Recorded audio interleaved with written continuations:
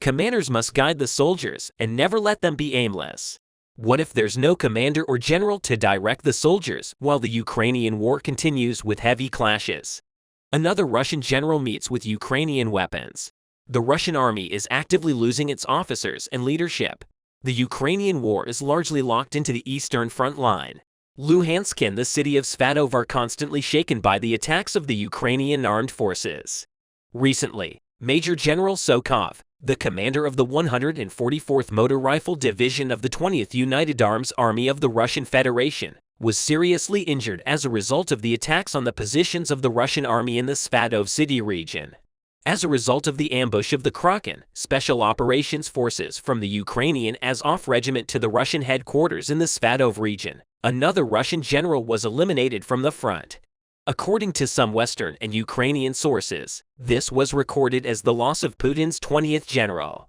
Russian officials remained silent, not commenting on the attacks. The major general was in critical condition, but the facts about his survival remain unclear. With Major General Zhukov's injury, the 144th Motor Rifle Division was left without a general. The loss of their commanders caused the soldiers to collapse.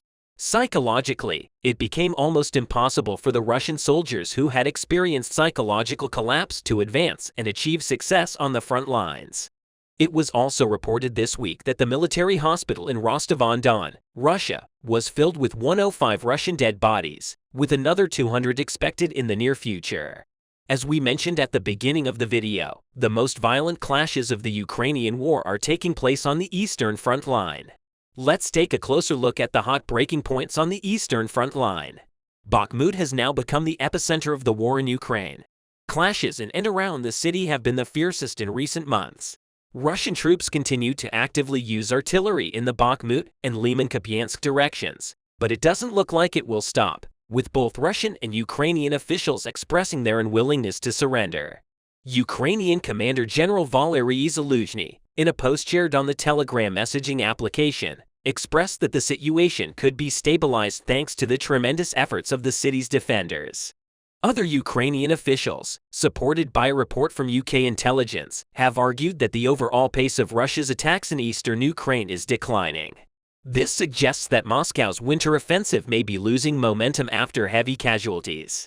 Russian troops crossed vital supply lines in the city earlier this year, and at the time there was some evidence that Kiev was preparing to withdraw its forces. But Ukrainian President Vladimir Zelensky, who visited troops in the region this week, pledged to keep the city. And in recent days, some independent military experts have suggested that the Russian offensive may be slowing as they try to encircle the city's defenders. The two biggest factors in the showdown of the Russian attacks are the loss of ammunition and soldiers.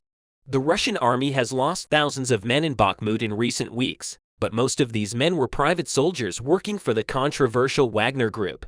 In a video clip shared on social media, a Ukrainian soldier in Bakhmut describes how the Russians are still struggling to take control of the city. Soldier Vladislav Shevchuk also insists that reports of Ukraine's withdrawal are not true. Shevchuk stated that there was an epidemic of unconfirmed information on social media that Bakhmut was about to fall. In addition, Shevchuk stated that videos appeared in which Ukrainian soldiers seemed to be withdrawing from the city. The soldier stated that these were elements of Russian propaganda aimed at humiliating the Ukrainian armed forces. Ukraine renews its determined stance on Bakhmut at every opportunity. This situation puts the Wagner boss under great pressure. In early March, Wagner chief Yevgeny Prigozhin admitted that Ukrainian soldiers were fighting for every meter, and the situation in the city was very difficult. In a video clip shared on the internet, Prigozhin urged the Russian army to guard the approaches to the city. On the other hand, in a letter he wrote, Prigozhin asked the Russian defense minister, Sergei Shoigu, for intelligence on the plans of the Ukrainian army to launch a new offensive in Bakhmut. Prigozhin also sought help from the Russian army. It is unclear whether Prigozhin will receive assistance from the Russian military, given the public squabbles between the Wagner leader and Russian military officials in recent months. As long as tensions between Russian military officials and the Wagner leader continue, Russian forces are unlikely to succeed on the front lines. Still, both sides are determined to continue their fight for the small 41-kilometer city. Now let's turn our attention to the Luhansk region. Russian troops also inflict heavy casualties in the Luhansk region. At least 4 Russian infantry soldiers were eliminated thanks to the coordinated efforts of the Aerial Reconnaissance and Motor Unit of the Luhansk Detachment of the Ukrainian State Border Guard Service. Drone operators have uncovered a Russian infantry cluster. Russian troops settled in a farmhouse in the Luhansk region. The Motor team of the Ukrainian Border Guard launched a fire attack on this very area. The Motor attack carried out gave positive results. Unable to escape the Ukrainian artillery fire, the Russian infantry group was blown up and destroyed.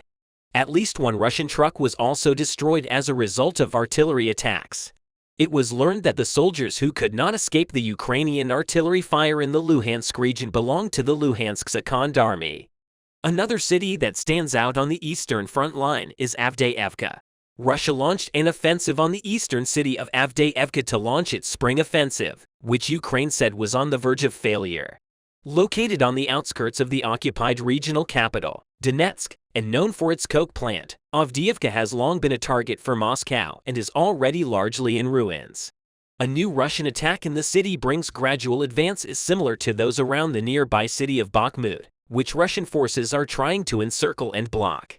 A Ukrainian military spokesman and the UK Ministry of Defense said in a statement. Also, Russia has tried to advance in several directions in eastern Ukraine in recent weeks, but has not captured a major Ukrainian city since last summer. Ukrainian officials said Russian attacks elsewhere have failed. Colonel Dmitry Maivsky stated that the intensity of the attacks on the town of Soledar in the southwest of Donetsk has decreased due to the great losses suffered by Russia. But Moscow still has advantages, including manpower and artillery. The population of Russia is more than 3 times that of Ukraine. The Russian leader, who wanted to turn the overpopulation into a strategic move, tried to renew the declining power of his army with the announcements of mobilization. Now, Ukrainian officers say that the enlisted recruits display more uneven levels of skill and enthusiasm, with some complaining of inadequate training and equipment. In addition, the Russian Ministry of Defense announced that Ukraine has launched attacks along the eastern front line.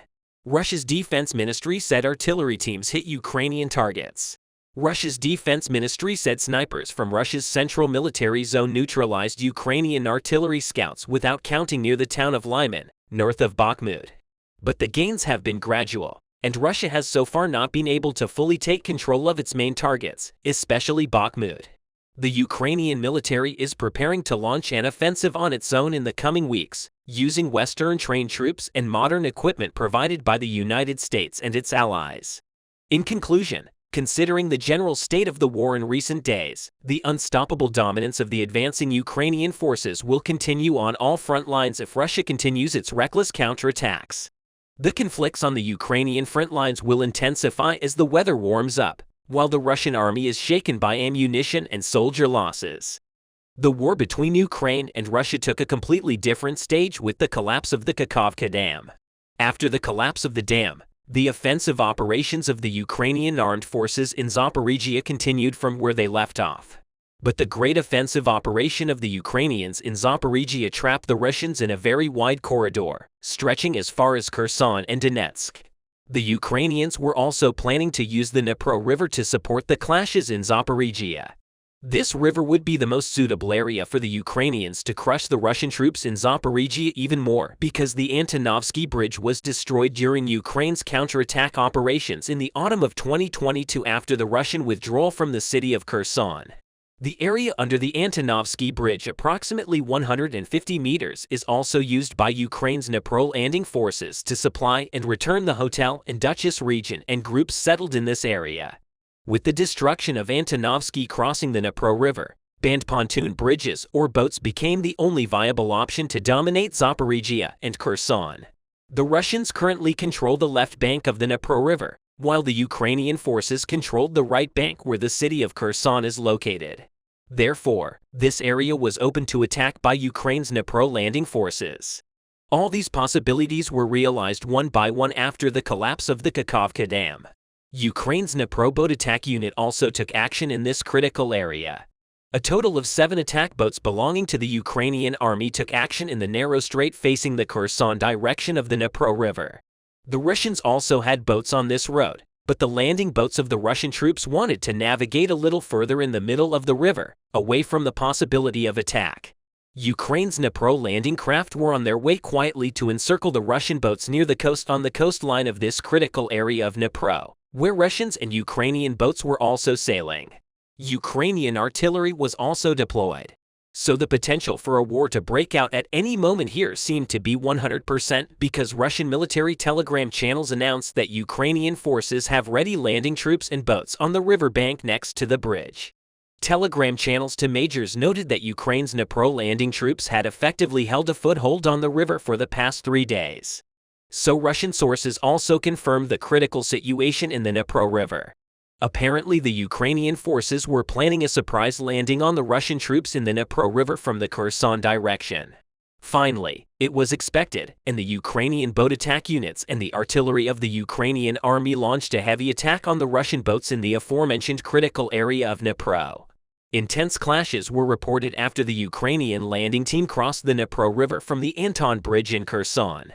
The Russian boats, which were completely surrounded, came under heavy fire from the Ukrainian artillery.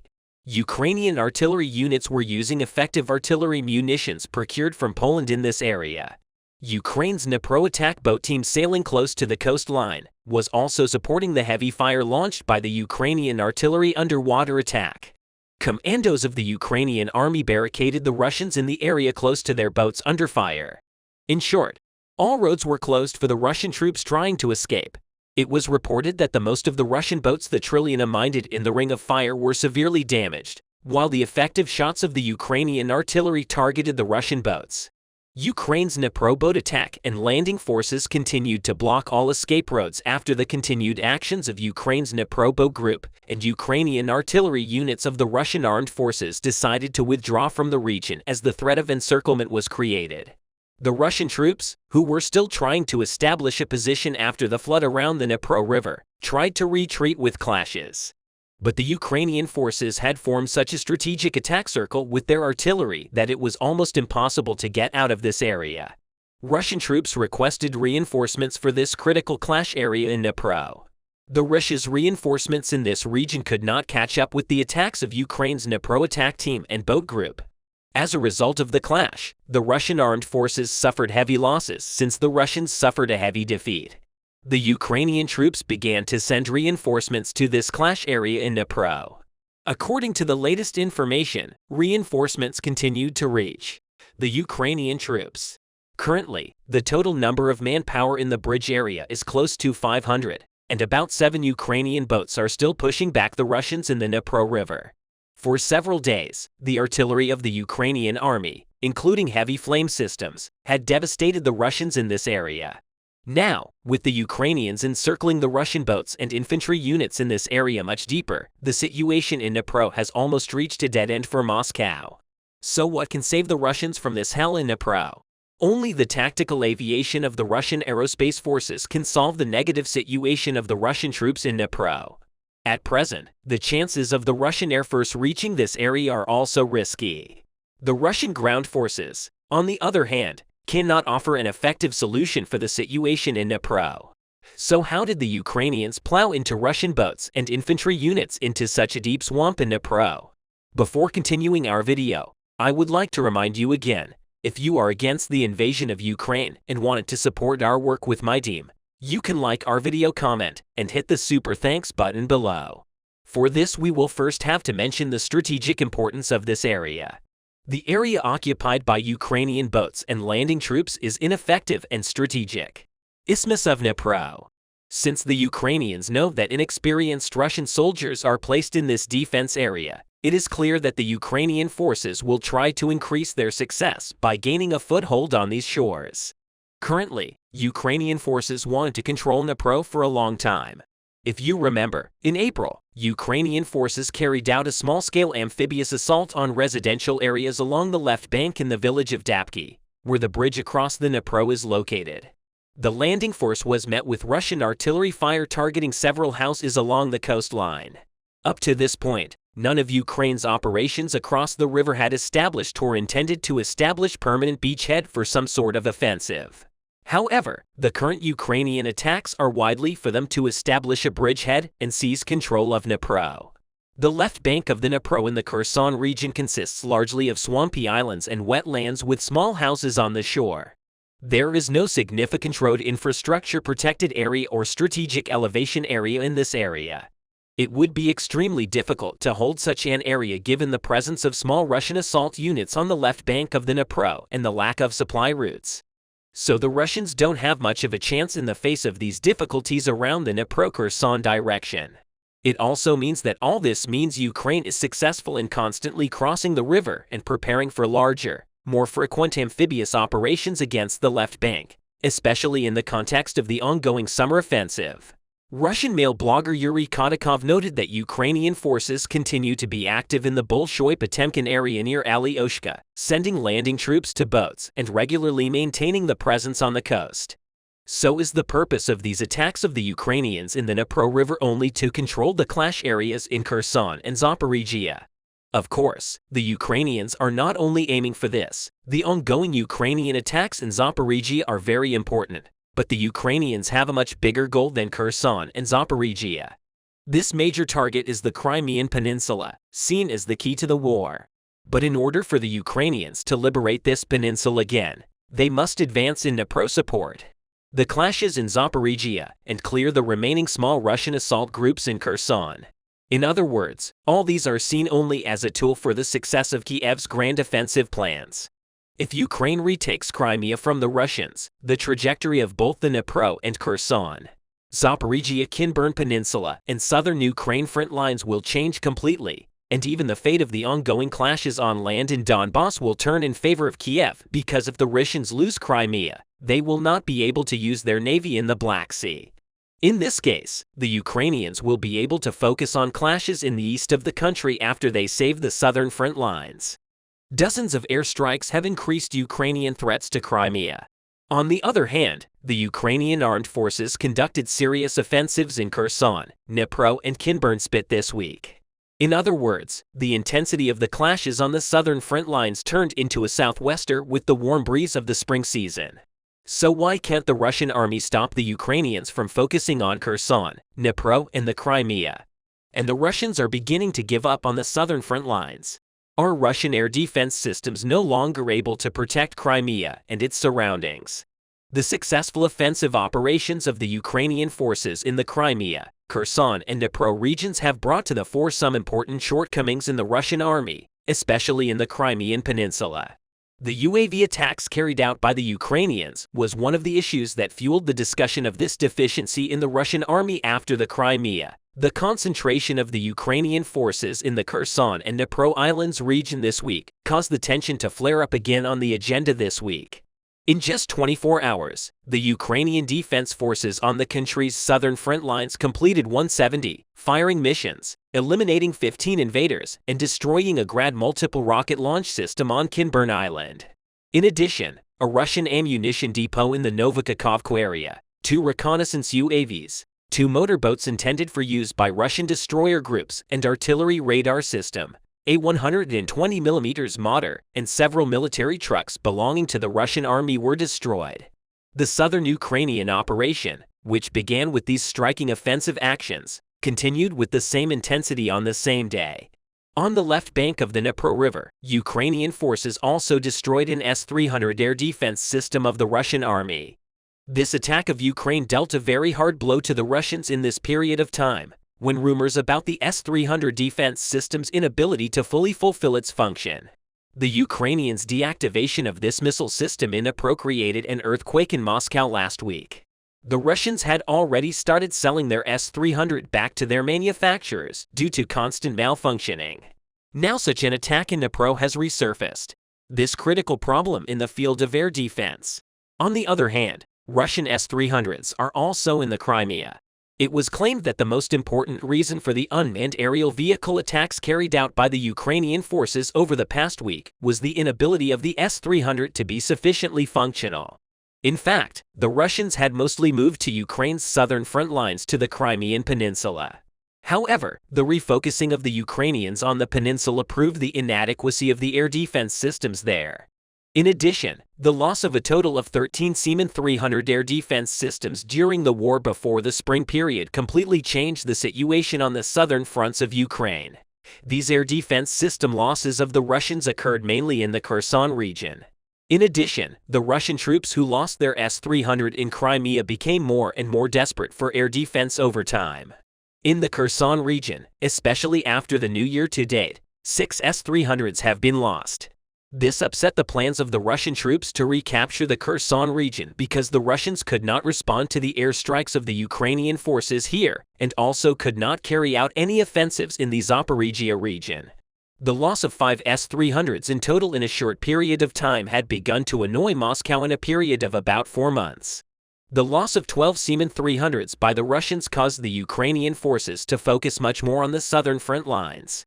Finally, with the neutralization of an S-300, the total number of losses increased to 13.